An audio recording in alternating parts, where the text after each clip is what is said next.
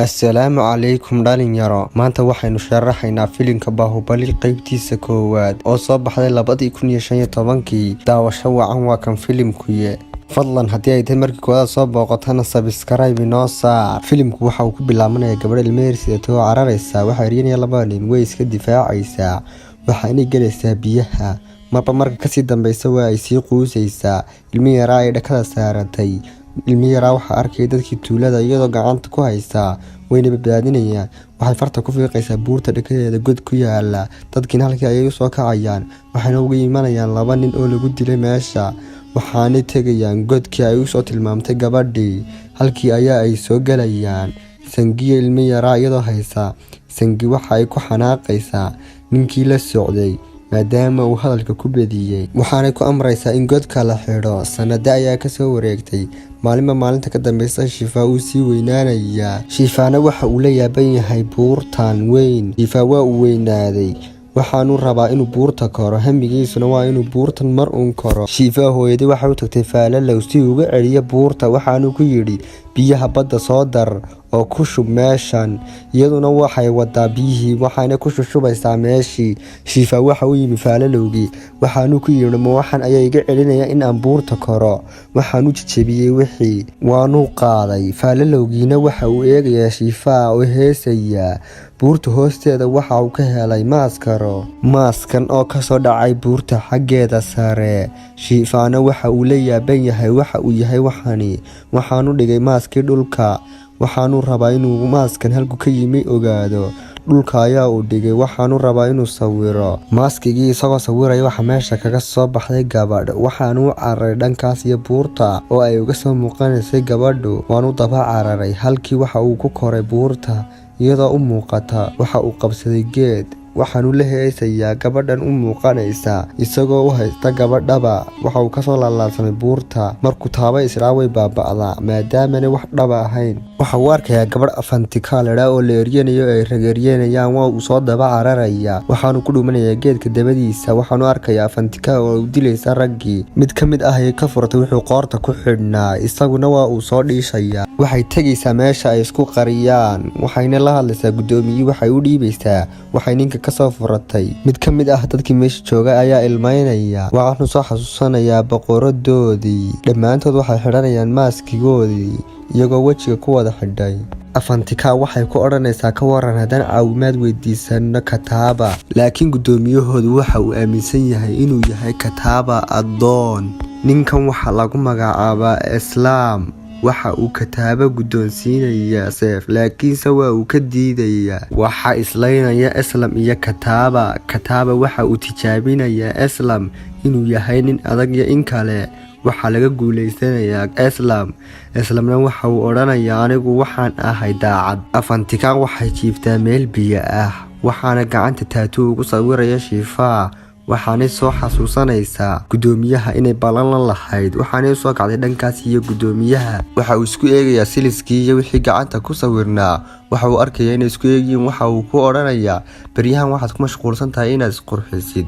Iyaduna waa ay ooyeysaa maadaama isku eegiin waxani. Meeshani waa boqortooyada Maashmiidi. Waxa lagu arkayaa rag badan oo la qaraacayo. Kanna waa boqorkooda waxa lagu magacaabaa Baladeefa. Waxay islaynayaan dibi aad u weyn. Dibigii ayaa uu dilaya. Waanu uu ka guuleysanayaa.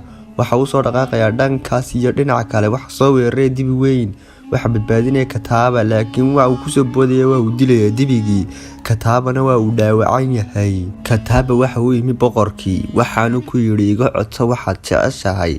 Kataaba waxa uu ku yidhi waxaad tiidaysaa boqoradda oo xidhan muddo 25 sano ah. Waxa uu ku yidhi waan soo daynayaa. Qabso seeftan oo dil adigu. haddii kale inta ka dhiman nolosheeda waxa ay ku noolaanaysaa xabsiga. Baladeefa waxa uu ku jeesjeesayaa boqoradda maadaama ay mar hore diiday. Waxaanu ku yidhi waxaan kugu sii daynayaa Kataaba madaxiisa laakiinse kuma aan sii daayeen. Waa uu ku qoslay waana uu ka tegay. Boqoradiina halkii ayaa ay fadhidaa. Waxa uu yimi Kataaba. Iyaduna waxa ay iska dhigaysaa mid xanuunsanaysa. Kataabana waa uu la yaaban yahay waxa ay sameynaysaa boqoradu. Waanu soo eegay. Kataabana waxa uu soo dhaqaaqay dhankeeda. waxay uruurisay qoryo. Kataaba boqoradii waxa uu ku odhanayaa bax, laakiinse waa ay ka diiday. Waxayna tiri wiilkayga ayaa imanaya oo badbaadinaya. Afantika waxay ku soo noqotay webiga iyadoo rabtay inay ogaato qofka taatuuga u mariyay. Waxay hoos taagan tahay geed, laakiinse isaguna dhakada ayaa uu ka joogaa. waxa uu ku mashquulinayaa masyar, waxaanu u sawirayaa gacanta tattoo kale, waa uu ka tegayaa. waxaana arkaysaa iyadoo tattoo kale loogu sawiray. dhanka kale waxaynu aragnaa Shifa oo dab shitay oo daawanaya Afantika. way soo weerartay, waxaana kusoo tuurtay laab, waxaana ku qabatay safety, waxaana ku tiriyaa tahay. waxa uu ugu jawaabay, adiga dartaa ayaan u soo koray buurta intan leeg. way eriyatay iyadoo ku eriyanaysa safety, kor ayaa uga booday. iminka way isfahmeen, waxa uu soo xidhay maas, marba marka ka dambaysa way isfahmayaan. maaskigii ayaa ay ka qaaday, laabta ayayna iskeliyeen. marba marka kasii dambaysa waxay isku qaadayeen jacayl xaddhaaf ah. laakiin Afantika qorshe ayay ka leedahay. waxa ay soo qaadatay ubax, sanka ayay u saartay, waanu suuxay. waxay u soo dhaqaaqday dhankan iyo duurka. waxaa qabtay 3 nin, waxay is idhaahdeen dila. mid ka mid ah 3dii nin Shifa ayaa laba dilay, midkii kale ayaa isiri dil. waa uu aqoonsaday inuu Shifa yahay, haydilna ayuu ku yidhi. waxaana meesha ka soo baxay ciidamo aad u fara badan, waxaana eryadeen Shifa iyo Afantika. waxa uu kusoo tuuray dhagax weyn, dhammaantood waa uu kala daadiyey. dhagax kale ayay soo qaateen si ay iskugu badbaadiyaan labadoodu. Afantika waxay ka codsatay Shifa inuu cafiyo, isaguna kama uu diidina, isla markiiba waa uu cafiyey. waxaanu ka furay gacanta, waxaanu u ballan qaaday boqorada inuu soo badbaadin doono isagu. Shifa waxa uu soo aadayaa dhankay boqorada ku xidhnayd, waxaanu afka iskaga xidhayaa maro. boqoradiina waxa ay dareemaysaa inuu wiilkeedii meesha yimi, aad ayay u farxaysaa. raggan uu Shifa isku dhex qarinayaana waxa ay jiidayaan dahab uu leeyahay boqorku. dahabkii ayaa dhacay, waxaana badbaadinaya Shifa. waa uu soo jiidayaa, dhammaantood way ku farxeen dahabkii in loo badbaadiyo. Shifa isagoo jiidaya dahabkii waxaa ka furmaysa maradii, dadkiina waxay u malaynayaan inuu yahay Bahubali. dadkii oo dhan waxa ay ku dhawaaqayaan magaca Bahubali iyagoo jiidaya dahabkii. boqorkii waxa uu maqlayaa magacan lagu dhawaaqayo, waayo boqoradiina way maqlaysaa, way farxaysaa.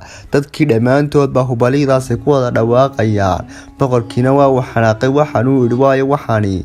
dadkii waxa ay raadinayaan Shifa halka uu tegay. dhanka kale waxaa layna tusayaa Afantika oo timi hogaamiyaheedii, waxayna ku tiri boqorada waxaa soo badbaadinaya nin. Balaladeefa waa uu yaaban yahay, waxa uu ku hadlana garan maayo. waa uu istaagay, waxaanu yidhi waa kuma Bahubali, Bahubaliga la sheegayo. Bahubalina waxa uu isku soo dhex qariyay dadkii uu khudbada u jeedinayay. waxaanu soo galay meesha, waxaanu iska dhigay mid dhacay, waxaanu riday dabkii. meeshii oo dhanna waa ay olashay. isla markiiba Balaladeefa waa uu aqoonsaday Shifa. Shifana waxa uu soo aaday dhankaas iyo boqorada, waxaanu dilay ciidamadii ilaalinayay boqorada, waxaanu badbaadinayaa boqoradii. Shifa waxa uu ka haystay gaari faras, goobtiina waa uu ka baxsaday. gaari faraskii looga ka ololayaan waxa qabtay ciidamadii jidka ugu sii jiray. Shifa waxa uu soo kacayaa boqoradii oo la qaraacayo, waa uu xanaaqayaa, waxa uu qaraacayaa dhammaan boqoradii ciidanka, waanu dilayaa dhammaantood. waxaa xagga dambe kaga imi Kataaba, wayna isdagaaleen. waxa yimi Afantika iyo ciidankeedii.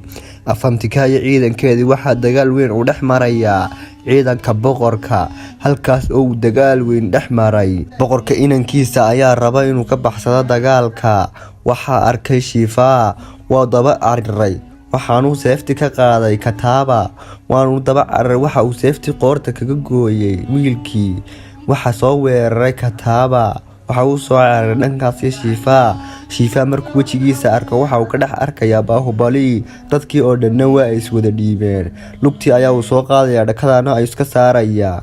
maalintii xigtay Kataaba waxa uu mahad celinayaa dadkii soo kariyay Shifa ee waalid u noqday. Shifa waa uu aamini layahay waxa meesha ka socda. Kataabana waxa uu ugu sheekaynayaa in uu isagu muhiim u yahay, waxaanu uga sheekaynayaa sheeko hore. waxaana jiray boqor naafa ah iyo xaaskiisa, waxaanay lahaayeen ilmo yar oo khaliya. boqoradii waxay qaaday uur waxaana dhashay ilmo yaroo kale waxaana u bixisay Sifignaami waxay kala dardaarmantay dadkii wayna dhimatay. labadii yaraana way weynaadeen waxaana u bilaabmatay nolol cusub. aad ayay weynaadeen wayna ciyaarayaan ciyaar. labadoodu waa isku awood. nin lagu kalsoon yahay oo la yiraahdo Sakata ayaa waxa uu xadaya milatariga sirtiisa. Sifignaami waxay diidaysaa qofka tuuga ah way helaysaa waana la soo qabanayaa. waxa uu isku dayayaa inuu baxsado waanu istuuray. waxa ka daba booday Baahubali waanu qabtay. markuu qabtay waxa xadhiga sii daynaya ninkan. waxa yimi Kataba waxaanu badbaadinayaa Baahubalina aad ayaa ugu mahad celinaya Kataba maadaama uu badbaadiyay markuu ninka soo qabanayay. boqortooyadu Sakata ka gaday sirta waxay isku dayayaan inay soo weeraraan boqortooyada Baahubali. waxay go'aan ka qaadanayaan cidda looga dhigayo madax boqortooyadooda. maalinta dagaalka ciidanku waxa ay istaagayaan boosaskooda. Baahubali ayaa ku amraya in ay ciidanku ridaan qaansooyinkii ayay rideen. ciidankii kalena waa ay isdifaacayaan. waxa bilaabmanaya dagaal isdhexgal ah waana la gelayaa. midhmidh ayaa la isku dilayaa. dhammaantood way iswada laayeen. Baahubalina waxa uu ku dhex jiraa ciidanka cadowga dhexdooda. dhammaantoodna waa uu leynayaa. waxa uu kaxaystay faraskiisii waanu dhex cararay isagoo sii dildilaya. waxa uu soo qaatay seefar samaysan. dhammaan ciidankii kale halkii ayaa ay isku dhiibeen. sikadiisa waxaa loo soo weerarayaa ciidankii Baahubali. ciidankii kalena calankoodii ayay halkii ka taagayaan. ciidankii Baahubali way jabayaan waxaanay u arkayaan qaar guul daraystay. Baahubali ayaa qaylinaya istaaga ayaa uu ka odhanayaa wayn iska dhicinaa raggan. dhammaantood ciidankii waa uu dilay. Baahubalina waxa uu dilayaa ninkii madaxda u ahaa ciidankii kasoo horjeeday. waxaanu madaxa kaga dhufanayaa bir. waa uu soo jiidayaa ciidankiina way jabeen. Baahubali isagoo ninkiisa u haya waxaa lagaga dhufanayaa bir madaxa. ciidankiina sidaas ayay ku guulaysteen. filimkiina halkaas ayaa uu ku dhammaaday.